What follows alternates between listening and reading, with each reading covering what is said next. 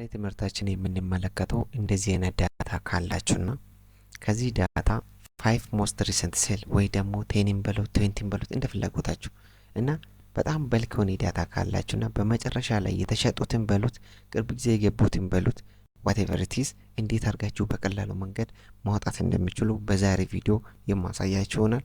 ቪዲዮን ላይክ እና ሼር በማድረግ ጀምሩ። እንዲሁም ደግሞ ለዚህ ቻናል አዲስ ከሆናችሁ ቻናሉን ሰብስክራይብ በማድረግ እንደዚህ አይነት ጸዴ ትምህርት ሁሌ እንዲደርሳችሁ ማድረግ ትችላላችሁ። ኦኬ የመጀመሪያ ስራችን አሁን ይሄንን ናት።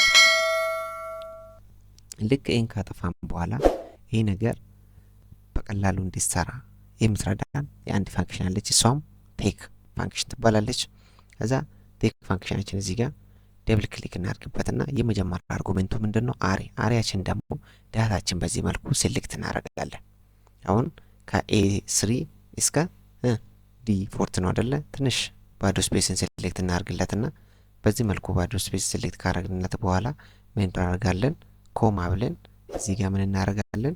5 ሞስት ሪሰንት አይደለ ተባለ -5 እናደርግና መልሰን እንዘጋለን። ከዛ ኢንተር ማድረግ ብቻ ነው። ልክኛ ኢንተር በምናደርግበት ሰዓት ምን ያደርጋል? መጨረሻ ላይ የተሸጡትን እቃ በዚህ መልኩ ያመጣል። ሌላው ደግሞ እዚህ ጋር የምታዩት 00 አድርጎ አምጥቶልናል። ለምን 0 ያደረገ ይመስላችኋል? 0 ያደረገበት ምክንያት ሴሌክት ስናደርጉ ምንም ዳታ የሌለው ሴልም ሴሌክት አድርገለት ነበር። እሱን ደግሞ ዳታ ከገባ እንዴት አፕዴት እንደሚያደርግ ላሳያችሁ። ለምሳሌ እዚህ ጋር እንምጣና አበራ ከዛም በኋላ እዚህ ጋር 45 እዚህ ጋር ደግሞ 120 እንበልና 120 ኢንተር ልበለው። ልክኛ አበራና እዚህ ጋር ምን አድርጎ አፕዴት ያደርግልናል ማለት ነው። ይሄው እቺኛውም ደግሞ ሌላ ቫልዩ ሲጨመርበት በቀላሉ መንገድ ምን ያደርግልኛል ማለት ነው። በአውቶማቲካሊ ዜሮን አጥፍቶ ዳታ በዳታ ሪፕሌስ ያደርግልኛል ማለት ነው።